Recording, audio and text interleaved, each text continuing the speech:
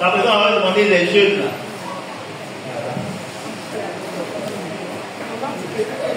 Avant de me présenter, d'abord à vous dire merci d'attirer notre attention sur ce sujet. Parce que moi, il y a eu la chance de vivre avec mes parents au village. Mon nom c'est Dieu Lorraine. Voilà, c'est pas facile de vivre en société. Il y a des gens qui sont là, qui ont des projets. Chacun d'entre nous ici a un projet. Mais il y a d'autres qui n'ont pas d'argent pour réaliser ces projets. Il y a d'autres aussi qui ont de l'argent, mais qui n'arrivent même pas à réaliser un projet. Maintenant, ma question est de savoir, ceux qui réalisent, bon, tu peux dépenser, mettre, investir dans un projet, mais qui n'aboutit pas. Voilà, qu'est-ce qu'il faut faire? Parce que moi-même aussi, j'entreprends quelque chose et puis c'est pas facile. Tu peux entreprendre, tu peux décider, tu peux vouloir même te lancer dans un commerce, dans une activité qui ne va pas aboutir. Tu vas t'asseoir là, attendre, ton argent aussi, ils vont pas te repousser. Voilà. Parce que moi, mon papa, c'est un instituteur. Mais il va au champ, il a son champ, il fait beaucoup d'activités. Mais depuis moi, je suis au village, il n'a jamais vu que toujours il dit ça va pas, ça va aller. Il n'a jamais vu que ça va. Donc je ne comprends pas. Il a payé des terrains, en tout cas il a beaucoup de trucs, mais il n'arrive pas à réaliser. Souvent il me dit que non, c'est à cause de nous, parce que nous partant à l'école, lui n'a pas pu arriver où lui devrait arriver. Voilà, donc moi, il n'arrive pas à comprendre. Ceux qui font des projets et puis ils n'arrivent pas comment on appelle ça, aboutir à ces projets. Parce que on peut avoir de l'argent, mais c'est parce qu'on veut avoir plus qu'on investit dans quelque chose. Maintenant, tu investis dans la chose et puis la chose n'aboutit à rien. Donc tu vas rester là à t'asseoir comme ça, ou je ne sais pas. Donc c'est ma question qui est là. Merci beaucoup. Merci, Miss Dieu, Lorraine. C'est une très bonne question. En fait, ce qu'il faut comprendre, c'est que investir dans un projet, avant de le faire, il faut s'asseoir et se demander, mais ce que je veux faire, en quoi est-ce que c'est utile aux gens? Parce que tous les projets que vous allez réaliser, c'est pour répondre à des besoins. Vous comprenez, non? C'est pour répondre à des besoins. Donc, si vous commencez à faire quelque chose, que ça n'aboutit pas, il y a plusieurs raisons. C'est ça qu'il faut d'abord savoir. La première raison, c'est que peut-être vous ne maîtrisez pas le domaine. Vous ne le connaissez pas réellement. Vous n'avez pas d'informations là-dessus. Mais comme vous avez appris par les gens que d'abord ça marche, il y avait les Ivoiriens. Ils aiment investir dans maquis. C'est pas ça? Ensuite, ils ont appris que maquis là, il y a l'argent dedans. Et puis ils en ont fait. Et à d'autres, on dit restaurant, la nourriture pas chère, la nourriture pas chère. On entend ça, on va investir dans le restaurant. Moi, il y a une seule qui me dit je veux faire restaurant. Quand je l'ai écouté, je lui ai dit, sincèrement, moi je n'aime pas décourager les gens quand ils ont un projet, mais pour l'heure là, tu n'es pas prêt pour le restaurant. Voilà. Elle dit, mais pourquoi? Comme c'est une soeur, j'étais franc avec elle, parce que le travail que nous faisons aussi, c'est délicat. Il faut savoir ce qu'il faut dire pour ne pas blesser la personne. Parce que le restaurant là, ce jour-là, j'ai passé une heure avec elle pour l'instruire. Et à partir de ce moment-là, son esprit a été ouvert et aujourd'hui ça va. Qu'est-ce que je lui ai dit? Parce que c'est une personne, elle est bien, mais en matière d'accueil, c'est pas ça. Moi-même, je la connais. Vous comprenez, non? Le restaurant là, je vais expliquer l'esprit du restaurant. Je lui ai posé la question de savoir qui doit donner à manger aux gens qui viennent dans les restaurants là. Normalement, c'est la famille. Avant, quand la société est essentiellement agricole, comme dans les villages là-bas, on va manger dans un restaurant. Hein? C'est toujours à la maison qu'on mange. Tout le monde va au champ, on vient, c'est à la maison qu'on mange. On ne va pas manger dans un restaurant. C'est maintenant que les restaurants même arrivés dans les villages. Sinon, on ne va pas manger dans un restaurant. En plus, ça se fait parce que tu as eu beaucoup de tu vas travailler à midi, tu ne vas pas quitter là-bas pour venir manger chez toi et puis le transport même là. C'est que ça va coûter là. Ça vaut mieux de manger là-bas. Donc en réalité, celui qui fait un restaurant va comprendre que il est en train de faire un travail que la famille est censée faire. Dites-moi, quand le père de famille quitte au travail, le soir il arrive chez lui, comment sa femme ou ses enfants le savent? Pensez à ça et vous allez voir comment quelqu'un qui fait un restaurant doit travailler pour réussir dans le restaurant. Vous me suivez bien? Est-ce que la femme là, quand elle dépose la nourriture là, il n'y a pas l'eau à côté? Bon, il y a des femmes qui font ça, mais c'est pas bon. Dépose la nourriture, il n'y a pas l'eau. Enfant même est là et puis il n'y a pas l'eau. Ici il y a un problème. Comment on fait? Ah, donc c'est pas bon. Il y a de l'eau, il y a tout ce qu'il faut. En tout cas, à table. Si on doit avoir couteau, fourchette, tout ça, ça y est là. Et souvent, même quand le monsieur arrive, la première chose qu'on lui donne, c'est de l'eau. Mais aller dans les restaurants, c'est ce que les gens font. Sauf quelques restaurants où les gens ont l'esprit très élevé qui font faire ces gens les choses. Il n'y a pas l'eau. D'ailleurs, quand tu sais même la nourriture, tu manges quand tu te serres la gorge. Tu dis, mais il n'y a pas l'eau ici. Et puis on vient de déposer la carafe ou bien le bidon d'eau sans verre. Sans verre. Et on te dit, crie encore. Mais c'est quoi ça? Et quand on vient de déposer le verre, je vais dire, vous avez même le caoutchouc. Ça laisse à désirer. Quand tu regardes même dans la note en même temps. Est-ce que vous pensez que ce monsieur-là, il va revenir encore manger là? Non, il ne viendra plus là. Il ne viendra plus là. Donc, si tu dois faire le restaurant, il faut être accueillant. Il faut savoir que quand les gens viennent, il y a des restaurants où vous pouvez rentrer et puis personne ne sait que vous êtes assis, juste à vous fâcher, vous sortez. Personne ne remarque que vous rentrez, personne ne remarque que vous sortez. C'est extraordinaire. Et ceux-là, après, ils vont dire que ça ne marche pas. Ou bien le client dit, ah mais madame, votre sauce là, vraiment c'est trop pimenté. Monsieur, veuillez nous excuser.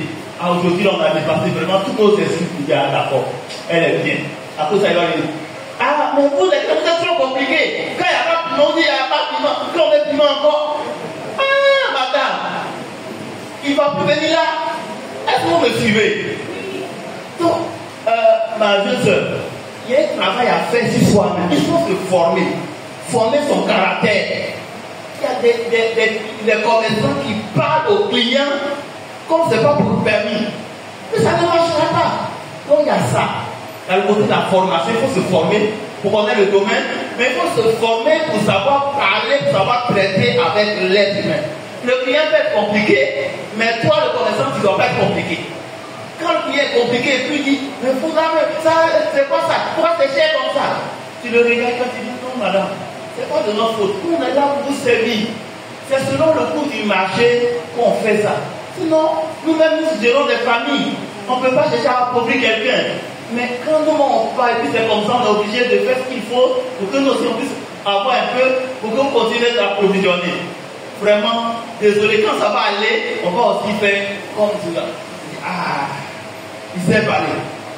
Hein? Est-ce que, pendant là, c'est dans mon champ, on prend? Hein? Est-ce que vous comprenez ce que j'en ai dit? Donc il faut savoir parler à l'être humain. Et quand tu sais ça, maintenant il faut maintenir le domaine. Maintenant quand tu fais que ça ne marche pas, je vais vous dire aussi que entreprendre, faire un projet, c'est aussi une question de vocation. Si vous voulez, c'est une question d'appel. La façon dont quelqu'un peut être appelé à être pasteur, c'est comme ça qu'on peut être appelé à devenir instituteur, on peut être appelé à devenir cuisinier, etc., etc. Il y a des métiers pour lesquels tu peux ne pas être fait. C'est-à-dire, tu peux ne pas maîtriser, tu peux avoir des compétences, mais ce domaine-là, il y a quelque chose qui te manque dedans. Est-ce que vous comprenez?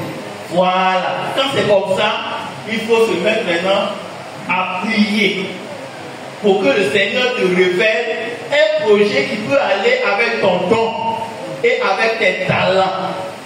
Vous le suivez? Pour que Joseph devienne premier ministre en Égypte, c'est avec son don et son talent. Le quelqu'un qui a interprété les rêves là, c'est comme ça qu'il est devenu ce que nous savons. Est-ce que c'est bien compris? Voilà. Donc, il ne faut pas aller faire quelque chose qui n'est pas en rapport avec tes dons et tes talents. Ça ne pourra pas marcher. Ça va être difficile. Est-ce que c'est bien compris? Voilà. Maintenant, pour papa, ce que papa fait et que ça ne marche pas, dès que tu es formé, tu peux l'aider à s'organiser. Il est là, non?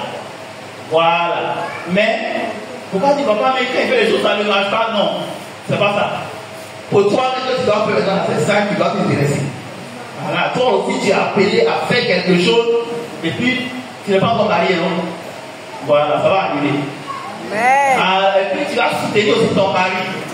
Ça aussi, je voudrais dire ça à nos mamans, à nos soeurs. La femme peut et doit soutenir son mari. Parce que ça aussi, ça crée beaucoup de problèmes dans les foyers. Voilà. Il faut soutenir son mari.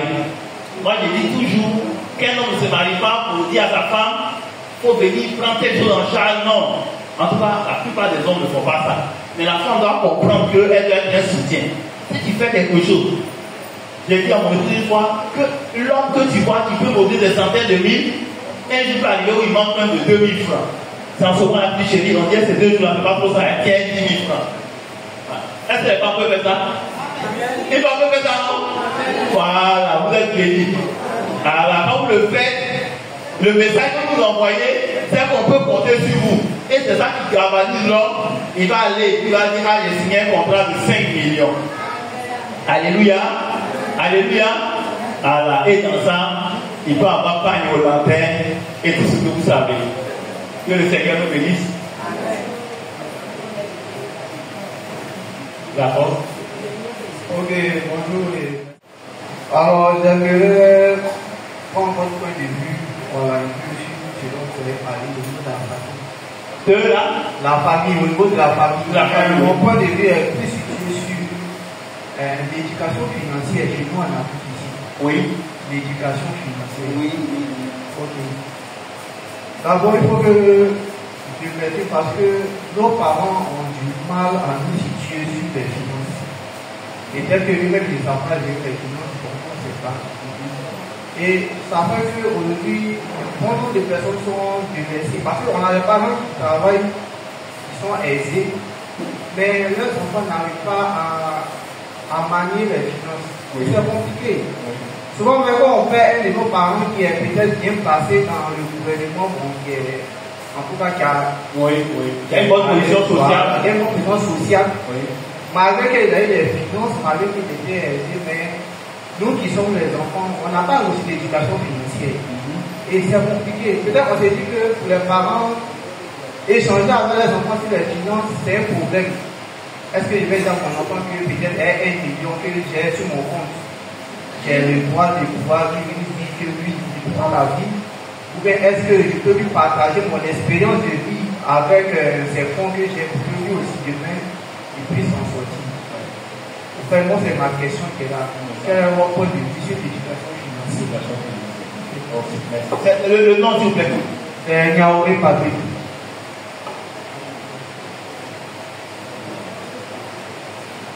Ok.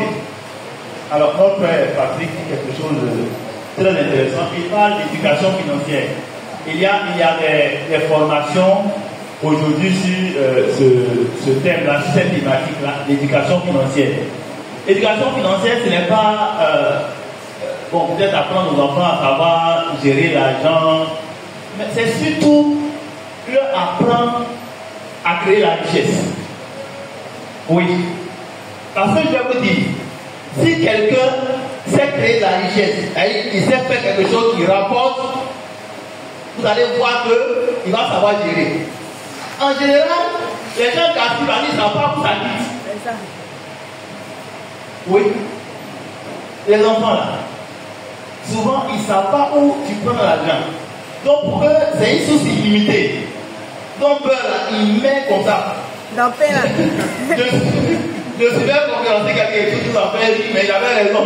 Il dit que mais les enfants là, ils prennent peur. Il dit lui-même qui achète paquet de beurre là.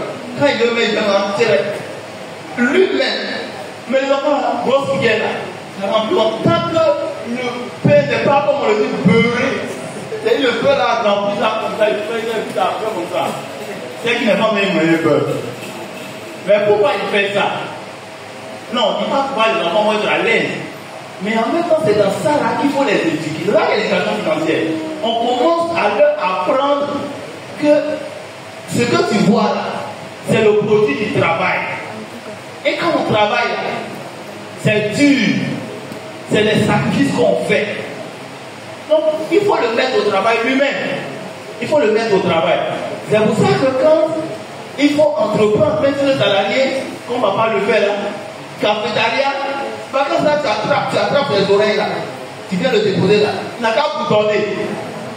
Ça soit là. Il n'a qu'à se tromper, mettre dans la monnaie pour donner aux gens. Mais il va commencer à apprendre. Il y a un Igbo qui est non à la maison, qui a une Kekaï. Mais c'est un petit de 13 ans, 14 ans. Souvent, monsieur, madame, de l'activité Kekaï, ils sont très forts dans ça. Et souvent, ils sont c'est la petite là qui gère. Quand tu travailles, tu dis, ah, ma fille, mais faut dîner. Ah, tonton, ça c'est 2000, mais comme toi, tu viens souvent chez moi, pas ici, je te connais, bon, on va te laisser la vie. Mais non. Et puis tu dis, non, mais c'est pas diminué encore, tu dis, non, papa, si il peut le faire, j'allais le faire. C'est mon tonton. Mais toi-même, tu es convaincu. C'est-à-dire, elle a vu, elle voit ses parents le faire. Et elle le fait et ça marche. Et le monsieur est là, c'est son activité, il a d'autres business à côté. Et l'enfant apprend. Mais nous, chers frères, et c'est là où tu as raison, nous ici, notre système là, c'est mettre l'enfant à l'école, il va avoir PPC, bac, licence, master, et puis il va passer concours, il va travailler, ou bien il va aller dans les grandes sociétés. C'est notre modèle là qui est là. Vous voyez, or ça ne marche plus. Hier, ça marchait parce que la population n'était pas développée, n'était pas grande. Ça marchait. Mais aujourd'hui, combien d'enfants sont formés, combien obtiennent la licence, le BTS, le master chaque année? Et il y a combien de places à la fonction publique? D'ailleurs même, il y a des concours. La présidente est là, il y a des concours où il y a seulement peut-être 1000 places. Mais il y a 50 000 candidats. Pour être enseignant, pour être professeur, pour être ceci, ou bien pour entrer à l'ENA. Mais parmi tout ça, et le drame même, c'est qu'aujourd'hui, on s'en va prendre l'argent, 3 millions, 5 millions pour aller corrompre, pour avoir le concours. 3 millions là, ça peut réaliser l'entreprise. Mais comme on n'est pas formé à ça, on n'est pas entraîné à ça, on peut ça pour aller corrompre. Même s'il y a mon neveu qui m'appelle, il dit, tonton, tu ne connais pas un circuit, il dit, petit, toi tu me connais, je ne suis pas dans la corruption, je n'ai pas de circuit. J'ai un circuit pour toi, viens chez moi, je vais t'entraîner. Le concours que tu dois le passer là, il y a français dedans, il y a quelque chose. Ça là, Dieu m'a donné la sagesse pour ça. Viens, je vais t'entraîner. Et puis, je suis prêt à payer les frais, les dossiers. Et puis, je vais payer pour toi. Et puis, toi-même, il faut être engagé. Tu vas avoir le concours. Si la machine t'as la ça va marcher. Mais l'autre circuit là, je ne suis pas dedans. Même s'il y a ces millions là, je ne vais pas faire ça. Je ne le fais pas. D'abord, parce qu'en tant qu'enfant de Dieu, je ne dois pas le faire. Ce n'est pas le mérite, ça, c'est pas bon. Donc, je ne le fais pas. Voyez? Donc, on forme les enfants à devenir des salariés. Donc, quand c'est comme ça, il n'est pas entraîné, il n'est pas éduqué à ça. Et le drame dans ça, c'est que le jour où le parent n'est pas là, les enfants n'ont pas été préparés. Ils n'ont pas été entraînés. Même l'enfant qui a été entraîné, même s'il a 16 ans, vous allez le voir, si les parents ne sont plus là, il est capable de prendre en charge même ses autres frères et sœurs. C'est vrai, les premiers années, ça ne sera pas facile, mais il va y arriver. Sinon, le bac aujourd'hui, là, c'est très bon. Mais ce n'est pas ça qui fait réussir. Tu peux avoir ça, aller travailler dans la fonction publique. Mais tu peux travailler tous les 30 ans durant, et puis tu vas rien avoir. Quand tu vas rien avoir, c'est-à-dire que tu ne pourras pas peut-être avoir même une maison, bien ce que tu veux. Mais, si tu entreprends, papa, après qui est là, vous allez voir, la fête qu'il est en train de faire là, Dieu va ouvrir les portes. Je suis convaincu. Il va construire des maisons avant qu'il ne fasse la terre. Les affaires que vous voyez, quand vous mettez dans les affaires, Dieu ouvre les portes, c'est extraordinaire. Nous autres, avec les 25 ans, il n'y a eu pas. Mais aujourd'hui, là, excusez-moi, c'est pas bac là, tu me donnes à manger. Mais quand je veux faire quelque chose, mon cœur est dedans. Je suis en prière. Et je sors. Je m'en vais expérimenter. Les gens peuvent dire non, ça ne m'a pas besoin de ça ici. Je dis peut-être c'est moi qui n'ai pas bien présenté. Et je reviens, le Seigneur me dit, tiens, va présenter ça de cette façon. Je m'en vais, je présente, ça marche, et puis j'ai le contrat. Vous me suivez? Voilà. Donc, il faut qu'on éduque les enfants très tôt. Il faut qu'on le fasse. Quand ils finissent les vacances là, il faut les emmener à aller faire une activité. Même s'il doit vendre l'autisme même devant l'église, là, il n'a qu'à le faire. C'est pour préparer son esprit. Quand il va voir que c'est pas partie de produit et qu'il va commencer à aimer ça, quand il va gagner la nature, il faut le tester. Je dis petit. Bon, aujourd'hui, là, c'est toi qui vas suivre le déjeuner. Avec le paquet de l'autisme là, il y a 15 dedans. Et c'est 1000 francs. Tu as 500 francs dessus. S'il a vendu 2 comme ça et puis il a 1000 francs, le lendemain tu lui dis petit, il dit là, il faut donner 1000 francs avant de dire. Elle dit ah papa, mon argent a fini. Donc ça a fini. Voilà. Il va commencer à comprendre. Et puis tu vas lui dire, tu vois, quand il vous dit de ne pas garder les choses là, tu vas passer au petit, tu ne vas pas prêt à donner, non. Voilà, il faut garder. Mais moi maintenant ça va aller loin, je vais t'aider et puis tu vas développer ça. Et puis il va commencer à comprendre qu'il faut qu'il entreprenne. C'est bon? C'est bon? Que le Seigneur nous bénisse. Amen. Que Dieu nous bénisse. D'accord. Gloire à Dieu. Je bénis la vie de votre. En tout cas, moi je te suis beaucoup sur Radio Baptiste. Oui. Oui. Oui. Ah oui, Radio Chandelier, oui. Voilà, Radio Chandelier. Je suis beaucoup. En tout cas, quand tu es invité, souvent, je suis beaucoup de l'activité. Oui. Donc, que Dieu te bénisse. Amen. Bon, je vais apporter un conseil en même temps. Tout est mélangé. Témoignage et tout ça. Allez, papa. Tu m'appelles à Petit Kofou, c'est mon épouse qui a eu. Ah! Je pense que. J'ai une question. Oui, allez-y. Moi, je suis dans les affaires. Je suis entrepreneur du bâtiment. Mais j'ai d'autres affaires que je mène aussi. Nous, notre problème que nous avons aujourd'hui sur le marché, c'est que le temps où je suis arrivé, j'ai 68 ans. Mais aujourd'hui, il y a des affaires que je ne peux pas suivre. Et il y a un problème de confiance aujourd'hui. Parce que quand aujourd'hui tu confies quelque chose à un jeune qui a encore de la vigueur, qui peut suivre, première chose, ça peut dérouler. Première idée qui vient dans le comment faire pour mettre de côté ce qu'il gagne. Et ça perturbe un peu les affaires. Moi, je fais bâtiment. Il y a des machines souvent à l'intérieur. Quand je prends des ouvriers, je dis bon, allez-y là-bas, je leur confie des affaires. En tout cas, après, je suis obligé de partir. Moi, ma question, quand tu arrives là, où tu n'as plus assez de force, mais tu peux investir, comment faire pour suivre? Ça, c'est la première question. Maintenant, deuxième chose, ça c'est le conseil que je vais apporter à la jeunesse, ceux qui nous suivent. Le problème, souvent, on veut faire quelque chose, mais le sérieux manque dans ce que nous voulons faire. Ça veut dire qu'on a un travail qu'on veut faire, mais en attendant, ça fait qu'on ne met pas de sérieux dans ce travail. Moi, ça m'est arrivé. Je suis arrivé à Côte d'Ivoire ici à 65, je suis togolais. 16. Ouais. Et je tête de passage d'ici, je vais aller en Italie. Un projet comme ça, pour aller me perfectionner dans ce que je fais. Mais en attendant que j'aille en Italie, j'ai travaillé ici. Sikoji que vous voyez là, c'est nous on a construit la maison de Sikoji, Nyangon à gauche, Nyangon à droite. Quand j'ai fini ce bâtiment-là, j'avais 7 portes, plus de 7 portes dans ma tête. Parce que l'entrepreneur qui a pris le marché m'a pas payé. J'ai gardé ça pendant 2 ans, 3 ans, c'est clair. Parce que personne ne voulait acheter la maison. Et ce problème, si je ne voulais pas aller à l'aventure, ça veut dire que d'ici à l'école, peut-être ces maisons, j'allais les posséder aujourd'hui. Mais je voulais aller en Italie, je ne suis pas parti. Un temps, j'ai rencontré mon épouse et on a fait le mariage. Et ça m'a donné à rester ici. Mais le sérieux que je n'ai pas mis dans mes affaires dès le départ parce que je voulais aller à l'aventure, ça m'a perturbé. Donc c'est pour dire à tous les jeunes que quand tu commences quelque chose, si c'est devant le Dieu, il faut mettre du sérieux.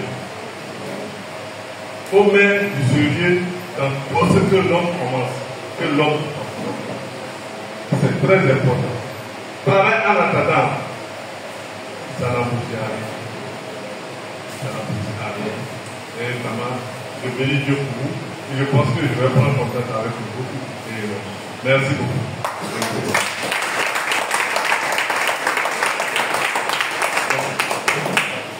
Que Dieu nous bénisse.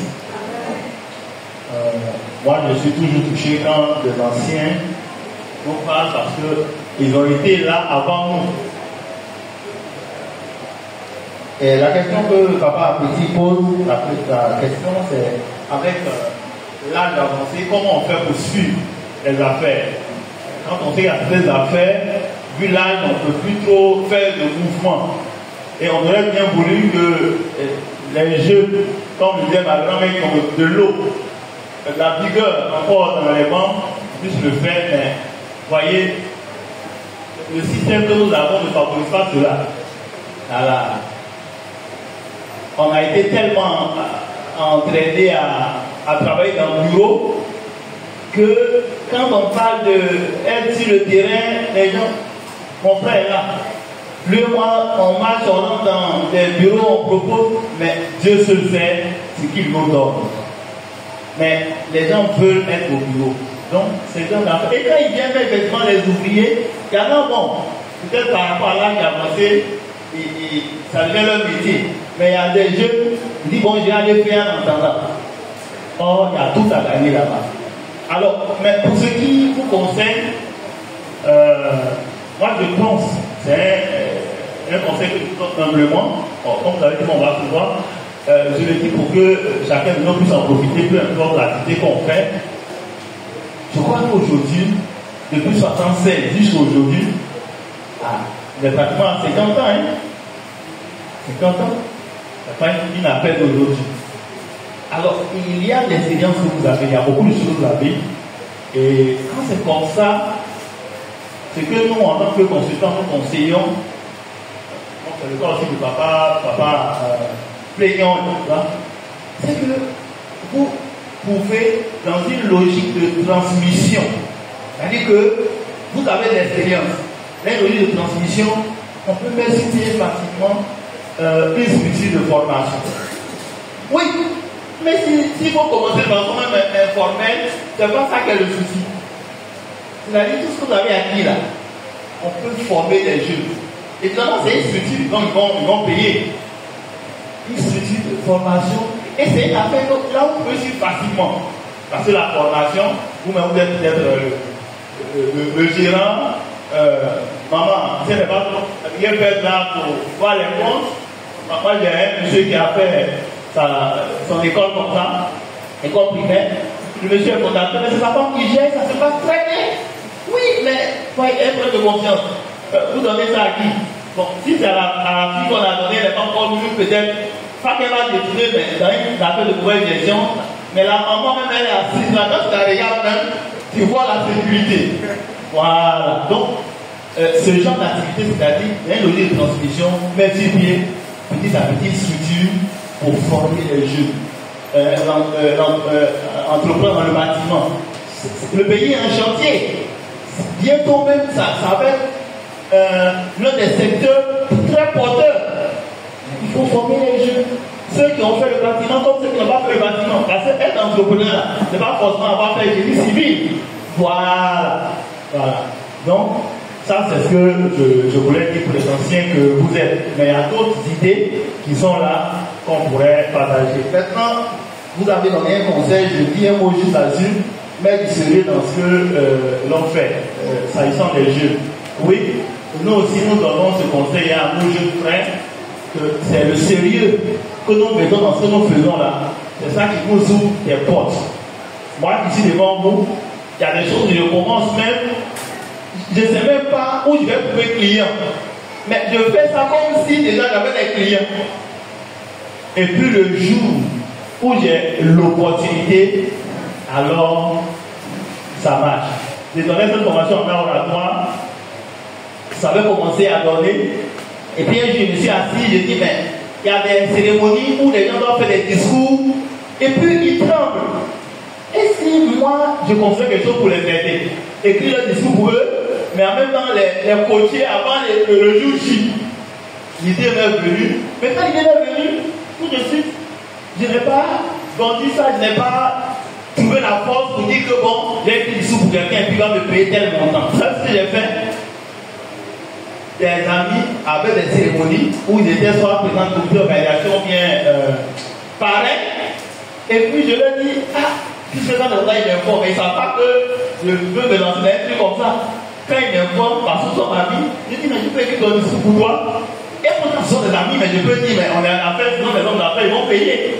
Mais je dis, bon, je vais faire ça pour toi. Je dis, mais si on prend quelque chose quand même, je dis non.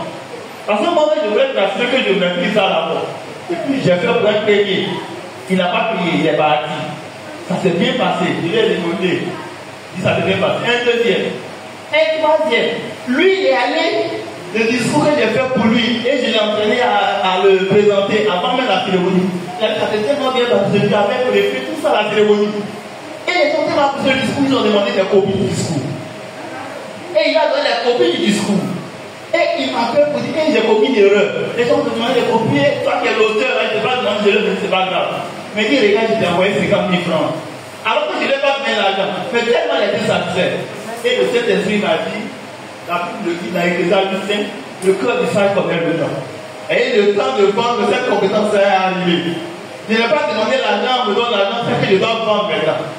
Quelque temps après, on avait une connaissance, on dit, frère Echo, quelqu'un qui a plein de discours, quelqu'un qui travaille quelque part, qui est bien, les deux sociétés comme tout pareil. Et puis, il me rappelle lui-même après. Il me dit, vous me prenez combien? Mais je n'ai pas le droit de dire, bon, donnez-moi, c'est quoi, c'est dans quel cadre? Il m'explique. Je lui dis, bon, il faut qu'on se rappelle. Il dit, non, je lui donne une idée. Il dit, bon, c'est un discours, c'est 300 000 francs. Ah oui? Il dit, bon, monsieur, il faut pour ça, bon, pour me laisser à 250 000 francs. Mais du coup, que moi, je peux m'asseoir en 30 minutes de concentration, une heure, j'écris. Et j'ai fait ça. Et le monsieur a donné, avant même, quand on a raconté là, il m'a envoyé 100 000 francs. Vous voyez? Donc, Dieu nous a tout donné. Et après ça, j'ai commencé maintenant à faire les discours. Puisque maintenant, j'étais sûr que je me faisais la faute, le CV que j'ai mis, alors qu'il n'y avait pas encore de clients, m'a ouvert des portes. Et aujourd'hui, j'écris les discours pour les gens, je les forme à les rendre, peu importe, je vais dire, la cérémonie, ou bien ta personnalité, ou bien le rôle que tu dois jouer dans cette cérémonie. Donc, je suis d'accord avec ce que vous avez dit, mais sérieux. Que le Seigneur nous bénisse. Ça peut aller, je crois qu'il y a plus de questions. Voilà, on va conclure. Alors, vraiment, nous bénissons encore la vie de l'homme de Dieu, serviteur de Dieu, pasteur, président de cette église. Nous bénissons tout le comité des travailleurs avec la tête à la mesure qui est à nos côtés. Et merci au peuple de Dieu qui a pris tout ce temps pour nous écouter. Nous n'avons pas la connaissance infuse, nous ne maîtrisons pas tout, mais nous sommes venus juste dire aux chrétiens qu'il y a des défis à relever. Il y a vraiment des défis à relever. Aujourd'hui, c'est quand tu ne vas pas confronter une situation que tu vas voir que c'est simple. Il y a des frères qui se font arrêter alors qu'ils n'ont commis aucun crime. Ils n'ont rien fait de mauvais. Mais quelqu'un abuse de son pouvoir et il est fait enfermer. Nous, on a vu des situations comme ça. Et souvent, Dieu nous a fait la grâce, on est allé pour les défendre. Moi, je ne suis pas avocat, mais je sais comment prendre la parole et dire que la loi, voilà ce que la loi dit. Parce que je suis citoyen, je ne dois pas être ignorant. Il y a un côté qui m'a dit, mais vous avez fait le droit, non, je n'ai pas fait le droit. Mais j'enseigne le management, je suis consultant, donc je dois m'instruire. Et le frère était de sans rien payer. Mais il a allé en prison. Il y a des défis. Si on ne s'organise pas, on dit on a arrêté le frère. On ne va même pas chercher, aller voir si c'est un abus de confiance ou bien le frère est victime d'un abus de pouvoir. On va constater, on ne va pas constater, c'est la bonne chose comme ça il fait. Les chrétiens ont commencé à dénigrer leurs frères alors qu'ils ne sont même pas allés s'informer. Même aller lui rendre visite. Alors que Jésus dit, au dernier jour, il y a des gens qui vont le rejeter parce qu'il était en prison et ils ne sont pas allés vers lui. C'est pas vrai? Moi, j'ai été invité par un pasteur pour aller prêcher en prison. devant 300 prisonniers. À la Macade, je suis allé prêcher là-bas. Mais ce que j'ai vu ce jour-là m'a bouleversé. Il m'a averti 2 mois, j'ai préparé le message, je ne savais pas ce que j'allais préparer. Et j'ai dit, Seigneur, mais je ne comprends pas, je prépare le message et rien ne vient dans mon esprit. Il dit, non, le jour J là, tu seras en face de la marque assis là, et puis je vais te dire ce que tu dois dire aux prisonniers. C'est ce qui s'est passé. Et le programme, bon, ça a été attaqué, nous les chrétiens on le dit, ça a été attaqué, mais moi, si tu m'attaques, moi si je vais t'attaquer, j'ai prié, parce que je devais avoir l'autorisation du procureur. Mais jusqu'au jour J, je n'avais pas l'autorisation. Et le pasteur, le jour J, le matin très tôt, il allait au plateau pour prendre l'autorisation. Dieu merci, il a pu la voir. Et comme il est passé au plateau, moi je suis allé directement à la marque, j'étais assis là, et puis j'étais en face. Il y a une page qu'ils ont mis là, les parents, c'est là qu'ils envoient les gens, c'est là qu'ils attendent. J'étais là, et je pense que c'était passé les militaires là, les gars pénitentiaires là. Ils ont commencé à chasser les gens qui étaient assis, les parents savaient qu'ils devaient faire le choix à la porte. Levez-vous, il y a un monsieur qui est venu, on dit les bancs là, mais est-ce que ça n'a pas dit ça poliment aux gens? Ils ont pensé. Et moi, je voulais me lever, parce que je ne vais pas arriver à mon niveau. L'esprit m'a dit de ne pas me lever. Moi, je me suis allé. Il y a un monsieur qui me dit, monsieur, cela, il veut humilier les gens. Je dis, si c'est le cœur de Dieu. Non, c'est pas l'orgueil, le Saint-Esprit m'a dit m'asseoir. Moi, j'étais assis. Et il arrive à mon niveau. Il dit, non, papa, vous pouvez vous asseoir. Il y avait plus de 60 personnes qui ont fait le retour. Moi, seul, je peux m'asseoir. Notre Seigneur est fidèle. Parce que je dois m'asseoir pour que le Seigneur me donne la révélation. Il venait m'asseoir et puis on fait lever les gens. Mais moi, ils n'ont pas fait lever. Je me suis assis là, ils ont fait les travaux là autour de moi. Les gens étaient arrêtés, moi j'étais assis. Et puis le Seigneur me donne la révélation et puis je me mets dans mon calvaire. C'est comme ça que le pasteur est venu du plateau avec l'autorisation et on est rentré. Et j'ai prêché. J'ai prêché juste en 35 minutes. Mais l'effet que ça fait. Et j'ai déclaré par l'esprit qu'il y a des gens qui vont sortir. Et puis ils sont sortis. Quand ils sont venus me dire, moi je n'ai rien fait. J'ai dit, si tu le dis, je te crois. Dieu va t'aider. Il y en a qui ont dit, moi j'ai pris 20 ans parce que voilà ce que j'ai fait. Mais c'était extraordinaire, c'était émouvant. Et il y a un frère qui nous a aidés, qu'on a vu, qui a donné les moyens pour qu'on lui envoie la nourriture, du savon. C'est ça que le chrétien doit faire. C'est ça que le chrétien doit faire. Il y a des femmes qui doivent accoucher, on dit par césarienne, il n'y a pas de moyens. Si un frère de qui doit le faire, c'est l'église. Mais nous-mêmes, on n'a même pas centre de santé. Rien, on fait comment? Qu'est-ce qu'on fait? On doit s'organiser. Les défis sont immenses. Les problèmes sont là. Mais les réponses là se trouvent en nous. Et tout commence par la famille. Si on est organisé, on gère bien les ressources que Dieu met à notre disposition, alors on pourra aider. Et c'est ce que nous avons voulu faire ce matin. Nous croyons que le message est passé. Alors je termine pour dire l'exposé que nous avons fait, ce que nous avons dit, nous l'avons mis dans un document. Un document, et la copie, c'est à 2500 francs. Pour toutes les personnes qui sont intéressées, vous voyez la présidente. Comme ça, on va tirer le nombre de livrets de copies en fonction. Donc 2500 francs, vous avez les sourires, nous avons fait, y compris le cas pratique, les 300 000 francs, il y a un nombre de choses. Mais on pourra aussi se baser sur ça pour faire du coaching, pour faire un suivi, pour aider. Et je termine pour dire que vous voyez, nous parlons de famille. Et nous, ce matin, nous sommes venus. Et la famille, ce n'est pas monsieur et madame seulement, c'est les enfants. Et tous ceux qui sont sur notre toit. Et les enfants, leur situation nous tient à cœur. Parce que vous voyez aujourd'hui, on vient même dans nos maisons pour enseigner l'homosexualité à nos enfants. Qui c'est ça? Dessin animé. On vient. Et à l'école, même les gens veulent mettre ça. Ah non, c'est parce qu'on est en prière. Sinon, les gens vont mettre le programme là-bas. Ils sont prêts. Parce que depuis l'Occident, on les pousse. Je vous dis la vérité. C'est depuis là-bas, il faut qu'on sache ça. Ils poussent. Donc, nous devons prier pour que les dirigeants, ceux que Dieu va mettre, soient des gens qui craignent Dieu. Sinon, on va être dans les déroutes. Mais vous et moi, ce n'est pas nous qui sommes visés. Moi, je ne sais pas combien de milliards tu as me proposé. Je n'ai pas de milliards. Mais je ne sais pas qu'il y a donner 1 milliard de liens homosexuels. Je ne veux pas le devenir. Mais c'est nos enfants qui sont le fils. C'est eux qui raisonnent. Non, j'ai écouté des jeunes étudiants. Ils sont en train de dire non, lui, s'il doit faire un truc, c'est de vendre armes. L'autre dit non, lui, c'est drogue, il va vendre.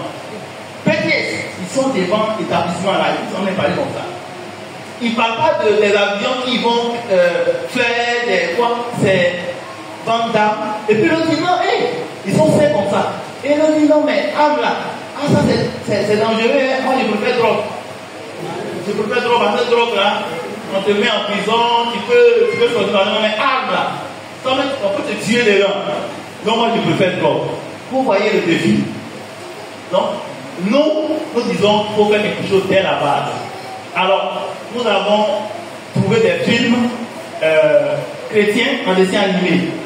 Par contre, tout à 405 films. Nous avons mis sur un support. C'est le support ici. Voilà. Ce matin, je n'ai 8 seulement. Un support, une clé USB, où il y a 405 films en dessin animé, des films de 20 minutes, 25 minutes, de la Genèse à l'Apocalypse. Des histoires bibliques là. Alors, vous savez, les enfants, c'est les images. Même l'homme même, mais les enfants particulièrement. Et c'est quelque chose qu'on fait, normalement, on le fait à 15 000. Quand on va voter, on le fait à 10 000 francs. Mais ici, on sait que le moment il y a l'argent, Dieu nous a donné l'argent. Mais nous le faisons à 5 000 francs pour aider. Tous les parents qui ont eu, il n'y a pas un qui ne nous appelle pas pour nous payer. Vous connaissez ça à l'écran, le placement à votre télévision là. Les enfants, ils connaissent, ça y est là. Si l'enfant veut y aller, c'est bon qu'il regarde, ça va l'aider par rapport au film où on lui apprend la sorcellerie, l'homosexualité. Donc, nous avons 8 copies ici. Les parents qui sont intéressés également peuvent voir la présidence et puis avoir ça pour que ces vacances soient des vacances utiles. Alors, on ne peut pas terminer sans vous dire que nous, ce que nous faisons, il y a tout ce que nous appelons la phase de coaching. Il y a un suivi que nous faisons. Parce que le message, quand on le donne, ça touche. Mais après, si on n'entretient pas le feu qui est allumé, c'est pas bon. Alors il faut l'entretenir pour que le feu soit fort et que ça puisse embraser tout le pays. Alléluia. Donc nous avons prévu une session de coaching. Et cette session de coaching, il y a des feuilles que nous allons remettre à la présidence. Tous ceux qui sont intéressés. Quand on dit coaching, c'est une formation qu'on va donner sur 2 ou 3 séances comme ça. Et le thème, c'est création d'activités génératives de revenus, découvrir ses dons, ses talents et connaître les compétences et les opportunités d'affaires pour réussir en Côte d'Ivoire. Voilà le thème. Le premier module sera comment découvrir ses dons et talents. Quand je répondais à la jeune sœur, j'ai parlé de dons. Il faut connaître ses dons et ses talents. Voilà. Si vous connaissez ça, alors vous pouvez savoir ce qu'il faut faire. Maintenant, on est dans un pays où il y a des opportunités. On l'a déjà dit, plusieurs l'ont dit, il y a beaucoup de petites activités qui peuvent rapporter des millions par mois. Mais comme on ne connaît pas, on cherche loin, ce qui souvent est tout près de nous. Donc, on va parler de toutes ces opportunités-là, dans tous les domaines, depuis le secteur primaire, c'est-à-dire tout ce qui est agricole, jusqu'au secteur des services. Pour ceux qui sont allés voir, on parle de tertiaire, c'est les services, tout ce qui est commerce et tout ça. Aujourd'hui, il faut faire le commerce autrement. Quand vous vendez, on ne peut plus s'asseoir et puis attendre le client. Voilà, si vous attendez le client, il ne viendra pas. Il faut aller vers lui. Il faut aller même dans sa maison. Les structures téléphoniques qui ont beaucoup d'argent viennent jusque dans notre maison pour taper, pour dire c'est ne pas faire de publicité, dis leur nom. Les agents sont habillés et puis on te donne une puce. C'est pas ça? Ils ont des milliards pour passer à la télé. Pourquoi ils viennent chez nous? Alors c'est des choses qu'il faut savoir. Le monde entier attend la révélation des fils de Dieu. Si nous ne révélons pas au monde entier, la sagesse qui est en nous va être là, va pas produire et on risque de partir sans accomplir ce pourquoi Dieu nous a envoyé sur cette terre. Parce qu'il nous a envoyé pour une mission. Donc, que le Seigneur nous bénisse. Donc, pour tout ce que j'ai dit, les éléments seront avec la présidente et toutes les personnes qui sont intéressées et par le document et par la clé pour les filles des enfants et par la formation. C'est le temps que vous allez être, que nous allons regarder. Si on doit faire un montant, c'est des montants forfaitaires. Voilà, quand on vient à l'église, c'est des trucs forfaitaires que nous faisons pour aider. On ne fait pas les trucs que nous faisons dehors là-bas. Parce qu'on peut aider. Que le Seigneur nous bénisse. Alléluia. On va se lever et acclamer fortement le Seigneur. Acclamons fortement le Seigneur. Amen.